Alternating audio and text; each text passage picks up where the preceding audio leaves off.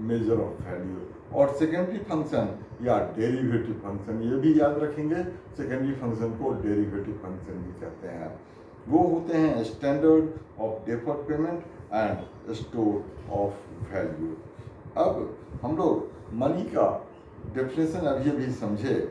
अब यहाँ एक अपने सिलेबस में लीगल डेफिनेशन ऑफ मनी है। लीगल डेफिनेशन ऑफ मनी में ये कहा है कि money is what the law says is money. तो लीगल डेफिनेशन भी दो टाइप के हैं। लॉ के पॉइंट ऑफ व्यू से लिमिटेड लीगल टेंडर मनी और अनलिमिटेड लीगल टेंडर मनी।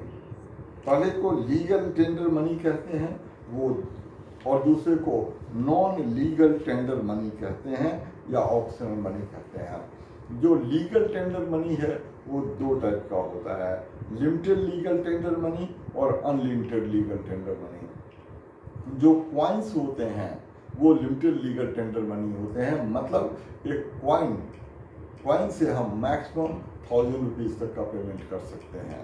उसके ऊपर जो लेने वाला है वो उसको डिनाई कर सकता है, उसको हम फोर्स नहीं कर सकते हैं।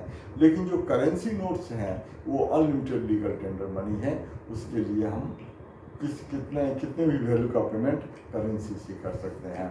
और जो नॉन लीगल टेंडर मनी या ऑप्शनल मनी है वो डिपेंड करता है रिसीवर की मर्जी पर, अगर वो चाहे एक्सेप्ट करे या रिजेक्ट करे। इसके अंदर बिल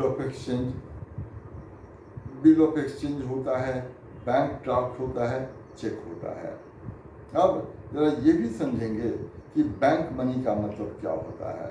बैंक मनी का मतलब होता है demand deposits of commercial bank. और डिमांड डिपॉजिट का मतलब दो होता है, करेंट अकाउंट डिपॉजिट और सेविंग अकाउंट डिपॉजिट। अब इस चैप्टर में अगला कॉन्सेप्ट है मनी सप्लाई का। मनी सप्लाई में सबसे पहले समझ लेंगे कि ये एक स्टॉक कॉन्सेप्ट है, मतलब ये एक पॉइंट ऑफ टाइम पर मेजर होता है। अब मनी सप्लाई का डेफिनेशन समझेंगे कि money supply is the total volume of money held by public at a particular point of time in an economy. तो इसमें दो बातें बहुत इंपॉर्टेंट हैं। Money held by public, public का मतलब money using sector of economy, और दूसरी बात कि इसमें टोटल वॉल्यूम ऑफ मनी है। याद रखेंगे वैल्यू ऑफ मनी अलग होता है, वॉल्यूम ऑफ मनी अलग होता है।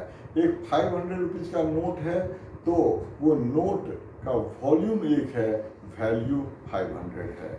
याद रखेंगे मनी सप्लाई